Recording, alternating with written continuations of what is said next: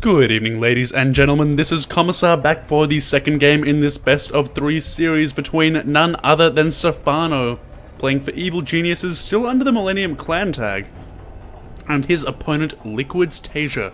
Taeja up 1-0 in this best of 3 series. This, of course, game number 2, and it is the group stage, so the loser of this game, it does not really have any bearings on their long-term prospects in this tournament. However, the Group A was, I believe, the group of death in this tournament, really. It did have the STC in it. It had, yeah, Stephano, Taeja, Elfie is in there as well as a couple of other guys. And we do see a happy, good luck, have fun Taeja out of Stephano. Taeja following suit. And, yeah. On Ohana today, you will notice a couple of cool things about this map. It is quite easy to get to 3 bases. The third base, of course, very, very close to the natural and the main.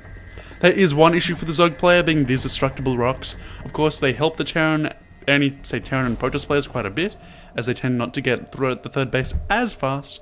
It can mean that bunkers at extra pressure Hellions can be a little bit more of an issue in harassing this third as it's being built, as these rocks take a little bit of time to kill with just wings.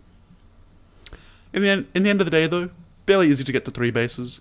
Fourth base either out here or out here, depending on the player. Most players seem to go up for this one because it's a bit easier to defend for a choke point of view.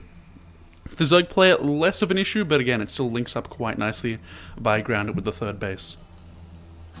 Okay, so overall, this map's quite big. The rush distances are quite long. As you can see, the map is quite evenly divided into 5 bases on each side. So it's very, very hard to expand to the opposite side of the map from which you are on. As such, you do tend to see a lot of games going into the very, very late game on this map. With the 2 routes of attack down the middle, can produce some nice macro games. Over here we do indeed see Taeja going for a proxy sorry, not, well, kind of proxy barracks. I believe, is it going to be the Macarax? No, just a single barracks, built in quite a cool spot. Now, this spot is good for 2 reasons, I'd like to say, just now. The first, of course, it's close to your opponent's base, relatively, compared to building it in your own base. Although it appears the first Marine's going to try and kill this Overlord, as opposed to going to the base of Stephano, and it's not going to get it. No way is it going to get it. So that was a mistake, I believe, out of Taeja just there. Trying to deny some scouting is going to fail at that task very, very thoroughly indeed. That's a bit disappointing there for Taeja. But the idea is, in theory, it's close to your opponent's base if you actually go over and rally to it.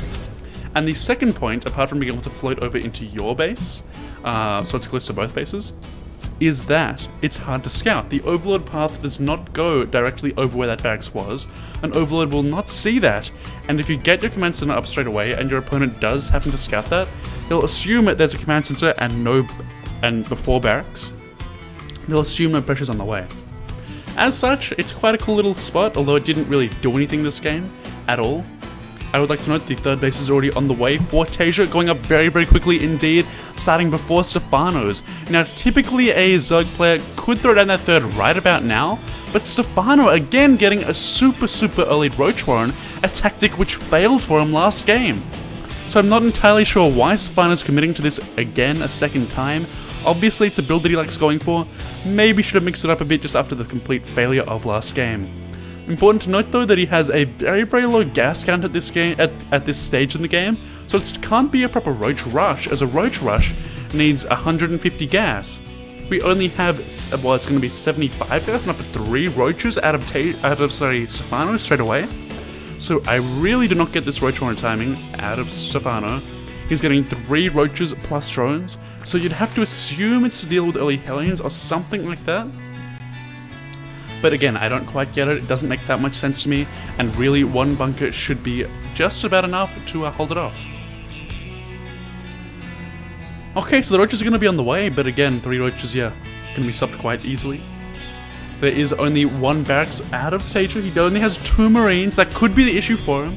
Potentially, if Taeja only has 2 Marines on the field, he'd be in trouble. But he does have 2 more going back to base. They do see the Roaches. As such, Taeja knows, okay, he knows it's on the way. He knows only a few Roaches. As such, he's going to be able to preemptively pull SCVs to repair, potentially. Or maybe just going to wait like he did last time, needlessly. Yeah, there's a preemptive pull.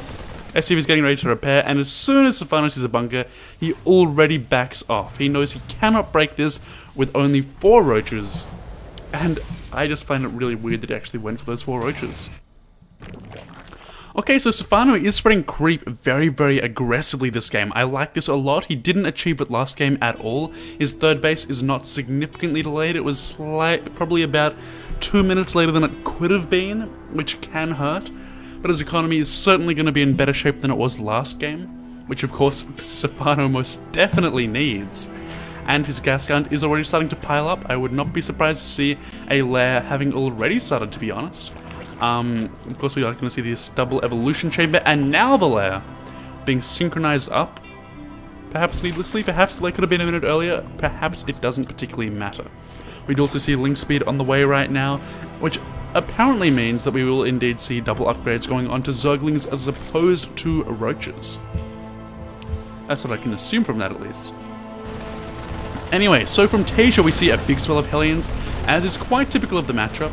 I'm not entirely sure if we actually have that blue flame up just yet or not, so yeah. I don't think it's done. We're going to meanwhile see these rocks being broken down by Taeja. That'll be fine, that'll be just fine. These Marines can stay at home all day as long as the Hellions are out on the map, getting some map vision, some map control. And Taeja has a lot of work to do with these Hellions because they have to kill a ton of creep tumors right now. And it looks like one queen will go down here to these Hellions. Is the transfuse ready? No, it is not. In a couple of seconds there will be, though, a transfuse ready for this queen if Stephano so chooses to. Okay, so a Banshee flying straight onto the creep. Oh, that has to be a miss micro by Taeja to actually show that Banshee. You can see, of course, there is overseas on the way, just in case there was cloak, which there isn't. Meanwhile, of course, the Hellions, again, trying to be pesky, but have been shut down, and the creep is still on the map. Okay, so Taeja hasn't even gotten a single shot up with this Banshee that's already down to 59 health, so that was well shut down by Stephano, so very good work to him on that front. Another Banshee, though, is on the way. The Hellions are still out on the field, although one has gone down so far. The third base, however, is the main priority for Taeja, and it is already mining with mules. The fourth base has not yet started for Taeja, I believe, and he is going into a bio-heavy focus yet again, with only one factory on those siege tanks. Okay, so Taeja looking pretty similar to last game, the difference being he's killed no drones, whereas last game at this stage had killed about 12. And as such, Taeja does indeed have a better economy than his opponent, and Taeja, again missing the micro, not watching the minimap closely enough, loses a Banshee needlessly to 2 queens. The creep strat, I'd like to say, of Stephano is indeed remaining to be phenomenal. He's already past the halfway point of this map, fanning out towards both this location and this location to the right, which is now being secured by Stephano. Stephano getting a macro hatchery in his main base as well for those extra lava, and actually using the overlord rather than a creep tumor to connect the main to the natural base. I quite like that too, because otherwise you just have a bunch of useless overlords. Why not just use them instead of a creep tumor? Okay, so meanwhile we do indeed see Taeja making a bit of a push here. There is stim, but no medevacs are here to support these Marines. They are going to get maybe a roach or two here, but no. Apparently just going to move out to kill a bit of a creep, I'd assume. As really, without medevacs, you cannot commit to a stim relying, a push that relies on stim. And oh, moving way too far into the creep, I feel here is Taeja. Going to get surrounded by these lings, and these banelings should connect. No, they don't. The ling wall has been depleted, and as such, Taeja is going to luckily escape. Meanwhile, on the right-hand flank, we do indeed see Stephano's defense remaining strong against that Banshee and those Hellions. As such, very minimal losses taken by Stephano this game. The big issue for him is that Taeja expanded to his third base first, so Taeja is still ahead on that macro game.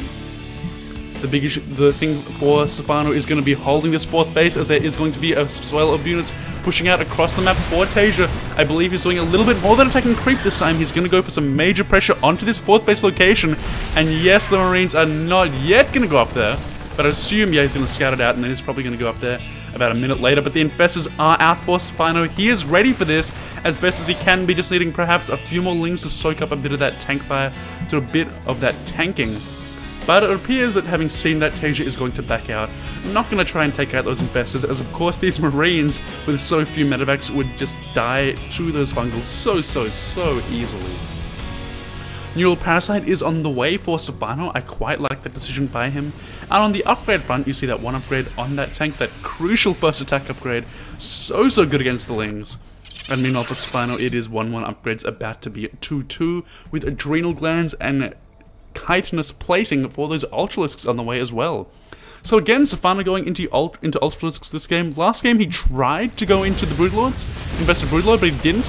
And the big thing to note is Taeja is not making Vikings. Now Ultralisks are best when the turn has supply in Vikings, but let's just focus on this attack right now, as we do indeed see the tanks of Taeja sieging up in range of this location, this 4th base, and this 4th base looks like it's gonna fall here, regardless of what Stephano does, as he does not have the numbers quite on the field yet. His Ultras take so long to produce, 55 seconds, almost a minute to produce an Ultralisk, and that is why he's struggling here, and the Ultras are coming out, and Stephano is going forward with everything he has. All the tanks focusing on a single Ultralisk, and it is not going down at all. The flank is coming in from the backside as well. A couple of Infestors wasting their labs miserably. Meanwhile, the Ultras clearing out all of the siege tanks. A couple of them are going to go down, but it looks like Stephano is going to actually be pushed back here. But he's taken the real punch out of this attack, and as such, I would not be surprised to see Taeja maybe kill a bit of creep and then go home. Although there are the reinforcements coming in, only one tank is the big issue for him. So Banelings would be very effective in this scenario, and Stephano does have another swirl of Ultras trying to move out here. There are no Marauders on the field just yet. The tank count is low, making Ultras in heaven against this pure Marine composition. We're going to see that the one tank that does exist going down very quickly without even having to siege up. And meanwhile, Stephano transfusing those Ultras with his nearby Queen to make them super effective. Okay, Stephano is moving out here, but I feel that's an overextension, and yes, he is indeed going to back out, not going to overcommit, although he's going to wait for reinforcements. The problem for him, though, is his Infestor count is so meager. He only has 3 bases yet again this game, a base behind, needs to get this 4th base, he needs it, and Ultras are the best unit perhaps at taking out Planetaries. It drops instantly at the cost of 1 Ultra. 2 Ultras are going to go down for sure, and these Marines are going to be bungled in a clutch bungle there, going to make these Ultras even that much more cost efficient. So the Ultras working out great for Stephano at this stage, but he does need more Infestors desperately, and to do that he needs more gas. Ultras are so expensive. They seem like they cost more than Broodlords, not just because of a raw cost perspective, but because they're kind of harder to keep alive. You have to replace them so frequently, they cost more supply. I don't know. So anyway, Stephano, we do indeed see just continuing to add on those Ultras at the moment, and a few Lings. He doesn't have the gas to get the Infestors that he needs. He does have the chitinous plating, like I mentioned, plus the armor, so 2-2 upgrades on those melee units. So of course the Lings and the Ultras are the best upgraded units, so that does suit Stephano quite a lot. Of course, again, the issue is going to be with the ability for him to actually trap units down so that the Ultras can't just be stutter stepped against, so that you don't just have Marines more just stutter stepping back and killing off those Ultras very easily. So with 4th Infestors, that's potentially enough Fungals. The big issue is, can all of them connect with the correct Fungals at the correct times to kill Taeja's army? That's going to be the big question here, as we do indeed see a maxed Taeja moving out across the map, clearing out creep. He's dropping over at this location, which doesn't actually exist quite yet. There's still no base hatchery over there. But meanwhile, the 4th has just been re-established over at the western side of the map, and Stephano really needs this base to stay intact. He's setting up the flank over here, or perhaps just going to go for an all-out counterattack, as he's miles away from the army of his opponent. No, he's going in for the flank, and he's going to try and move in from all sides, but there are very few units here as they've all pulled back and do not go up that ramp, Stephano, and he's indeed not going to go up that ramp, thankfully for him. That flank was a good idea, but it relied on a big commitment from Taeja, which Taeja didn't make. Taeja was just prodding forward, got a couple of free kills on Lings. So overall, that attack, yeah, it didn't kill much, it didn't cost that much. So Stephano is still alive in this game, although I like that burrow at the very last second, burrowing that Ling, which is going to be very pesky indeed. Already a turret being started by Taeja, and he may even scan that Ling just for the sake of being able to land that command center. Our 5th, of course, of Stephano is now going down, but the big question is, what is this attack going to do? We do see a couple of infested Terran bombs going to take out one tank due to the siege tank friendly fire, Nicely done there by Stephano. But does he have the Infestor count to be making this sort of play? He does have reinforcing Infestors, but they are not on full energy. None of them are, in fact, and we do indeed see Stephano again setting up the big flank with these 3 Ultras on the eastern side. He is trying to harass this location at the bottom right, and he is succeeding in delaying it. And you know, of course, we do see 1 Ultra overextending here, and Infestor being sniped. The Infestors are so precious for Stephano at this stage. The flank is coming in. We are seeing Stephano going for it, but the spread is so good from Taeja. Bungles simply will not be able to trap that many units. The Ultras, though, trying their best to get through with so many Marauders, so many tanks. The spread is so strong that Stephano is getting demolished in his attempt to push in. He is not making much progress at all, and this base is in a very dire situation. We do indeed see 1 big fungal going off those Marines. 2 big fungals. Gonna kill a lot of that bio, but there is still a lot of medevacs. There are still reinforcements on the way for Taeja. The initial wave is gonna be repelled, although can the medevacs be killed? No, they cannot be. The Infestor count is not there, and that is why Stephano is not really ahead in this game at all, because his economy hasn't been ahead all game. His economy still isn't ahead. Also, had he Infestors, had he Fungals, he could have killed this entire Air Force so easily, but the Infestors have just been lacking, and it's not his fault in terms of what he's been producing. It's more, he simply does not have the money. He is finally getting a 5th base, and if this game lasts for, say, 10 more minutes, and if this 5th base is able to mine effectively, that'll be great. This did very little, gonna kill a couple of drones, it looks like, with those auto turrets. That was shut down quite nicely. That Raven. It appears the Ling's actually going to be saved by Taeja, although an Infestor, oh my god, an Infestor is going to go down here. The precious Infestors being rallied into those auto turrets that shouldn't have paid for themselves. They did. Infestors being targeted down here by Taeja. Taeja so smart, keeping that Infestor count down to 2 at this stage, and Broodlords, the greatest fire tech, is on the way. And Stephano finally has the money for Infestors, but it appears that he is just going to go for the Broodlords because, you know, he kind of wants to get Broodlords too. I feel like perhaps maybe a little too much supply invested into Ultras at this stage of the game. 14 Ultras. The Vikings are already on the way though for Taeja, so he's probably going to be ready for Broodlords as well. So the army compositions from both players are going to be quite strong, although I feel like Taeja's is a bit stronger. What did I suggest? If there wasn't an attack in the way, I'd suggest killing off a little bit of supply of the Lings. But other than that, actually the Lings have already been killed off. Just the Ultras, but other than that, we do see the big push coming in here. A couple of Ultras have already fallen. The Broodlords have been killed before they morph in, and oh my god, Stephano being hit at the worst possible moment. It could not be any worse than that was just then. Losing a chunk of Ultras, losing all of the Broodlords before they had any impact. And now a significantly weakened army of Stephano would only be enough with a clumped up Terran army. Taeja, of course, happy to kill that base. If he knows that with that base dead, he is again ahead in economy. This base has landed over here, the mining is well underway. Taeja's economy is miles ahead of Stephano's. Stephano's army is now 200 max supply, but a lot of that supply is Lings, 36 Lings, 18 supply of Lings, utterly useless. The Infestor count is finally starting to get there. The energy though is not that high yet. The Broodlord count is not there at all, and these unsiege tanks are being hit. An opening here for Stephano, but there are already siege tanks over to the west. The eastern units are being bungled. They're massive bungles, but the Ultralists are just not there. They have been focused down by the high DPS of the Terran far too quickly. Stephano down to a meager 9 Ultras, which doesn't sound too meager, but it is indeed against this army of Taeja. And the, oh my god, the Ravens with their missiles are going off, doing a little bit more damage.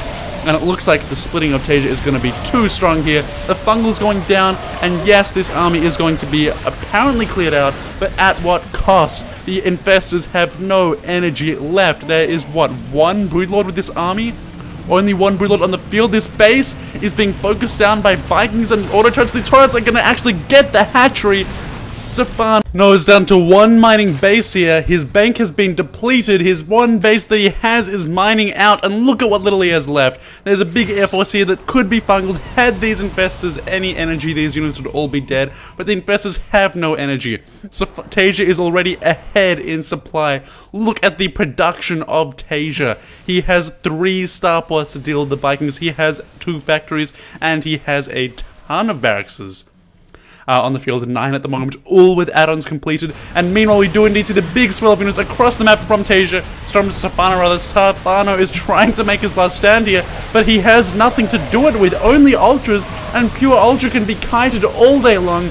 The micro of Taeja not even as good as it perhaps could be, and it doesn't even matter because Stephano just has so little right now. He's just being eaten alive.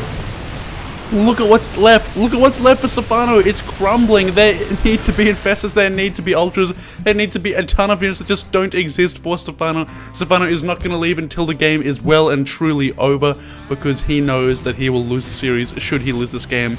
But his one base is already mined out. His income is almost negligible. All he has is a small bank of gas, and infestors cost too many minerals for him to even make those. He's making lings. I don't even know why he's making lings. They're not going to do anything for him. He still could have made 2 infestors with that money. But meanwhile, it just doesn't matter at this stage. I'm going to see one final push, it looks like, from Stephano. He's going to lose one of his only infestors. One bungle getting off there. His second infestor is probably too slow to even escape. It is going to go down for sure. Stephano knows he has to hold on to it. He loses it anyway. And there is the well played out of Stephano. Well played indeed by Taeja, who is again on top for most of that game. He never let up the pressure. He is just continuing to try and restrain and restrict Stephano, limiting his economy. And, yeah, that was pretty cool. So, Taeja beats Stephano 2-0 in this best of 3 series. Again, it's the group stage of DreamHack. Not the biggest deal, seeing as there are 6 players total in the group. As such, no dramas, just a pretty fun couple of games to watch. So if you enjoyed the games, if you enjoyed my commentary, please do subscribe to my YouTube channel. There will be a link to the channel itself in the bottom right of the screen, I believe. And other than that, just keep watching my videos and I will be eternally grateful. And I'll see you guys on another day.